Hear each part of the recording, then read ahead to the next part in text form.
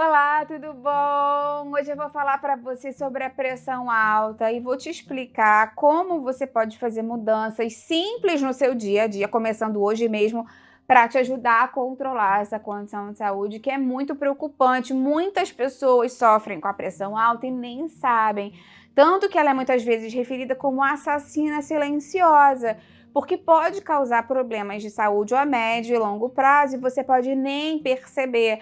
Então é super importante você conseguir modificar os seus hábitos alimentares, de estilo de vida, hoje mesmo, para garantir que a sua pressão vai ficar estável ao longo dos anos. Você vai adorar esse vídeo, são dicas simples e muito eficazes, cientificamente comprovadas. Fica aí até o final que você não vai querer perder. Antes de começar, eu quero te perguntar se você tem hábito de aferir, de medir a pressão arterial em casa, aí na sua rotina do dia a dia, se você tem hábito de ir habitualmente ao médico, ao cardiologista, fazer algum tipo de acompanhamento cardiovascular. Isso é muito importante para a nossa saúde, não só quando a gente já tem um problema, óbvio, né? Nesses casos mais ainda, a gente tem que fazer um acompanhamento mais a miudinho, mas mesmo antes de ter problemas de saúde, se você já tem um histórico familiar, principalmente, é importante que você faça um acompanhamento preventivo, tá bom? Então essas dicas que eu vou dar aqui servem de forma preventiva também. Se você quer evitar ter pressão alta no futuro, ou se você já tem pressão alta, com certeza, se você começar a colocar essas dicas em práticas, isso vai te ajudar de forma complementar a manter sua pressão mais controlada. Muitas pessoas querem saber, antes de mais, né, o que é pressão alta. Então, o que é definido como pressão alta? Pra gente, acho que vale a pena a gente falar disso de uma forma bem simples e rápida, porque eu tenho muitos vídeos no canal falando disso, mas se você está vendo pela primeira vez aqui o canal, seja bem-vindo. Vale a pena que você saiba que esse conceito é quando o valor normal da pressão está acima de 120/80, ou seja, 12/8 que a gente chama.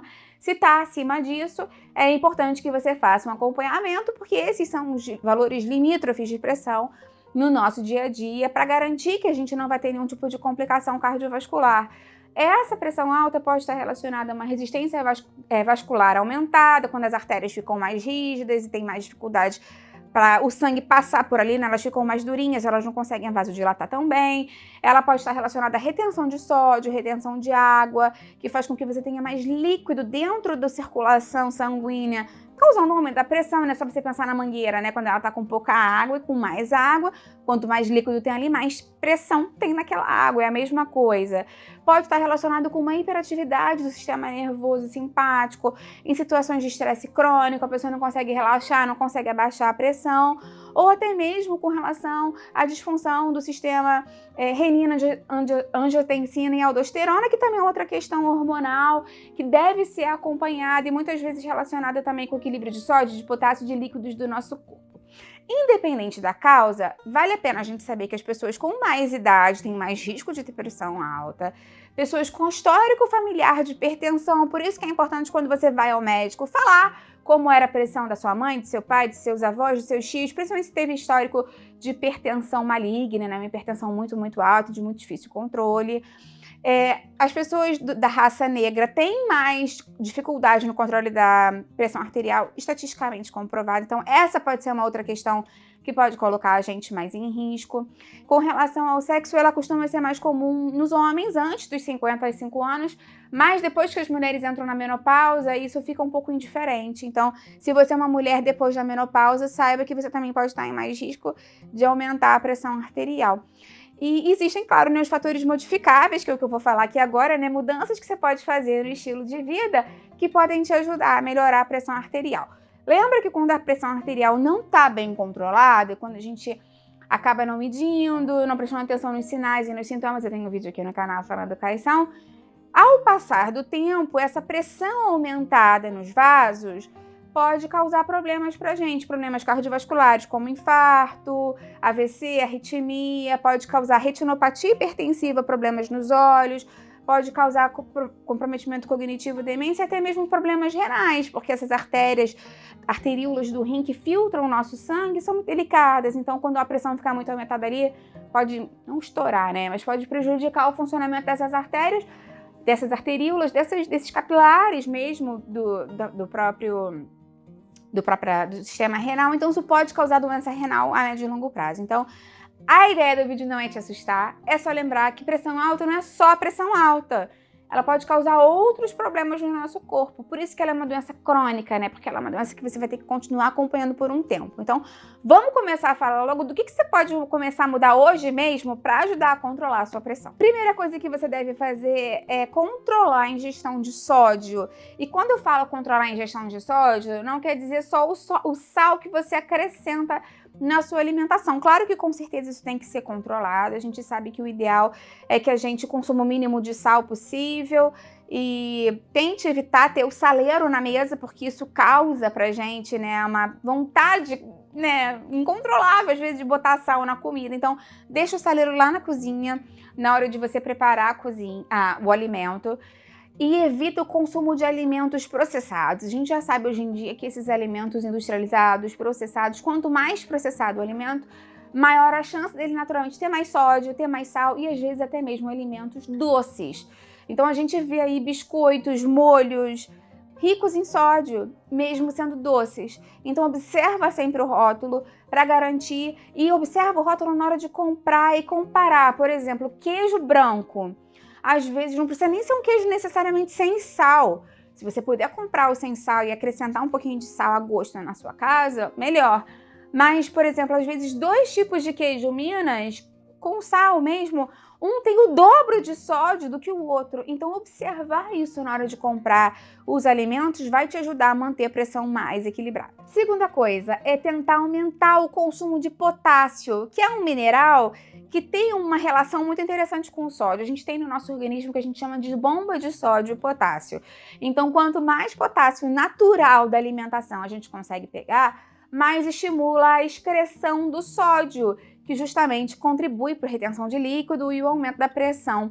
Então, quando você consegue consumir naturalmente alimentos ricos em potássio, como banana, água de coco, batata, sementes, oleaginosas, abacate, alimentos saudáveis, você vai conseguir diminuir o sódio por aumentar a excreção de sódio e de água, que ajuda também a controlar a pressão arterial. Outro nutriente que ajuda bastante nessa questão é o magnésio. A gente sabe que tem uma relação entre magnésio, cálcio, potássio e sódio no controle da pressão arterial. Então, consumir mais alimentos ricos em magnésio vai te ajudar, porque ele bloqueia a entrada excessiva de cálcio nas células musculares vasculares e vai fazer com que você tenha um melhor controle da pressão arterial. Quais são os alimentos ricos em magnésio para você acrescentar no dia a dia? Os vegetais verdes escuros, as sementes de abóbora, as sementes de uma forma geral e até mesmo o chocolate negro com 70% ou mais de cacau podem ser boas fontes de magnésio. Lembra que eu tenho um vídeo aqui no canal falando de diferentes tipos de magnésio, porque o magnésio muitas vezes pode ser utilizado em forma de suplementação também. E se você quiser saber mais sobre isso, eu vou deixar esse vídeo aqui embaixo na descrição também. Vale a pena relembrar que a deficiência de magnésio pode estar relacionada ao aumento da insulina, aumento da resistência à insulina e o aumento da inflamação do nosso corpo, que por si só também pode favorecer o aumento da pressão. Então, por isso que é importante garantir que a gente está atingindo as nossas recomendações de magnésio. Outra coisa que é importante a gente garantir é uma correta ingestão de cálcio. O cálcio, ele garante o relaxamento e a própria contração dessas veias, dessas artérias. E a gente sabe que o nosso coração bombeia o sangue para as extremidades e ele tem que retornar através da circulação de retorno para o coração, para depois ser bombeado, né? Ele fica indo e vindo assim o tempo inteiro. E para a gente ter esse retorno do sangue, a gente tem que ter o que a gente chama de retorno venoso, porque as artérias saem do coração e as veias voltam para o coração. E essas veias têm que apertar. Eles têm como se fossem uns compartimentos por dentro que fecham e vão voltando o sangue de uma forma instantânea e a própria contração da artéria, da parede vascular. Então, o cálcio facilita nessa questão. A deficiência de cálcio pode prejudicar. E a gente sabe que muitas pessoas adultas têm deficiência na ingestão de cálcio hoje em dia, né? O cálcio é um mineral, infelizmente, subestimado demais. A gente pensa em cálcio, pensa em osteoporose, osteopenia, não tem osteopenia, osteoporose não tem que me preocupar. Mas ele também é muito importante para o aparelho circulatório. Então, lembra que os laticínios são boas fontes de cálcio. e nesse caso o ideal seriam laticínios desnatados. O gergelim é uma fonte excelente de cálcio. A chia, a gente tem vegetais verdes escuros, a sardinha. Eu tenho até um vídeo bem legal aqui falando de alimentos não lácteos que são fontes de cálcio, vou deixar aqui embaixo na descrição também. Outra dica muito importante é diminuir a ingestão de açúcares simples processados e carboidratos de alto índice glicêmico. A gente já sabe que esse aumento do consumo de carboidratos de alto índice glicêmico e de açúcar em excesso pode levar à resistência à insulina, pode levar à inflamação sistêmica e pode levar à piora da saúde vascular. Eu tenho um vídeo inteiro falando do mal que o açúcar faz para o nosso coração, para as nossas artérias, para as nossas veias. Eu vou deixar esse vídeo aqui embaixo na descrição para você. Lembra que parar de comer açúcar não quer dizer parar de ter o paladar doce no dia a dia. Eu tenho muitas receitas de doces saudáveis, doces fit, sem açúcar, e vou deixar aqui embaixo na descrição para você. Outra coisa super importante é você fazer exercício físico. Vários estudos já verificaram que o exercício físico ajuda a melhorar a saúde do coração, das artérias, ajuda a aumentar a produção de óxido nítrico pelo corpo, que aumenta a vasodilatação. O que a Sociedade Brasileira de Cardiologia indica para as pessoas que não têm complicação e têm liberação é 150 minutos de atividade moderada por semana, e você pode dividir isso como você quiser. Por exemplo, 5 vezes por semana 30 minutos de caminhada, ou 3 vezes por semana 50 minutos, o que couber melhor na sua rotina.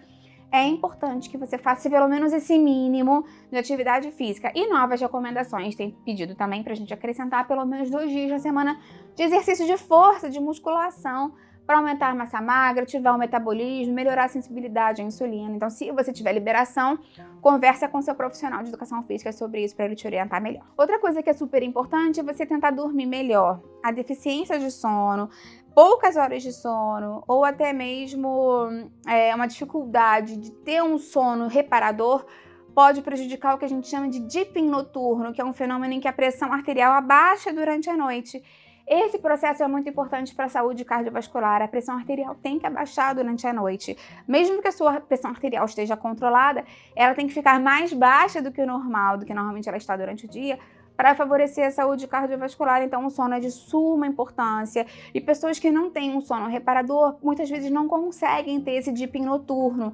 Então, pessoas que têm deficiência nesse eixo que eu falei para você com relação ao hipotálamo, hipófise, adrenal, pessoas muito estressadas, e pessoas com apneia do sono, pessoas que têm microdespertares durante a noite, tem que fazer uma avaliação e verificar por que não estão conseguindo entrar nesse eixo, nessa faixa de relaxamento, porque isso também pode prejudicar o controle da pressão arterial. Outra coisa que é super importante é você tentar gerenciar o estresse crônico. Eu sei que isso hoje em dia é muito difícil. Tudo hoje em dia parece que estressa a gente, né? As notícias, o dinheiro, o mundo tá cada vez mais, diferente, mudando a cada dia. Então, muitas vezes, essa insegurança que a gente tem leva a gente a ficar ansioso, além de questões familiares mesmo, às vezes trabalho, amigos, a própria família que você convive dentro de casa ou não, podem causar estresse e ansiedade. E claro que isso é uma questão muito delicada, então é importantíssimo tentar diminuir o cortisol para tentar controlar também esse eixo que eu falei para você, hipófise, adrenal. Mas é importante também que a gente tente tentar se relaxar. Então lembra que eu tenho uma playlist aqui de ansiedade, com dicas de alimentos, estilos de vida e chás que você pode consumir para tentar controlar essa ansiedade e esse estresse. E se isso estiver muito difícil para você, não tenha vergonha, procura um profissional na sua cidade, um psicólogo, um psiquiatra para te ajudar. E por último, mais ou menos importante, tenta substituir o café por chás com efeitos vasodilatadores. A gente sabe que o café pode aumentar muito esse estímulo, pode fazer com que você tenha um pico de pressão arterial para algumas pessoas e pode deixar você muito agitado. Então, se você puder substituir por algum tipo de chá com ação comprovadamente vasodilatadora, como por exemplo o chá de alho, como o chá de oliveira, como o chá de hibisco, ou até mesmo um chá mais calmante que te relaxe, como a valeriana, como a camomila, pode ser uma ótima opção. Não necessariamente você vai ter que parar de tomar café, mas às vezes um cafezinho pela manhã e um chá desse à tarde pode te ajudar. Se você tem dúvida especificamente de como fazer essa combinação e tudo mais, lembra de consultar um profissional de saúde da sua cidade, seu médico, seu nutricionista, e lembra que esse vídeo aqui é meramente informativo. Me conta aqui embaixo, então, qual dessas dicas você vai começar a colocar em prática hoje mesmo. E começa hoje, é de pouquinho que a gente chega longe. O mais importante quando a gente tem uma doença crônica ou uma condição crônica é ter consistência né? Fazer todo dia as mesmas coisas. Perseverança. Um pouquinho todo dia faz a gente chegar longe. Aproveita, se você gosta desse assunto, deixa a curtida no vídeo e compartilha com quem você sabe que vai gostar e que precisa, né, dessa informação. É o que eu mais quero. Vamos juntos aí você ampliar essa corrente do bem. É isso que eu quero aqui com o canal. Até a próxima. Tchau, tchau.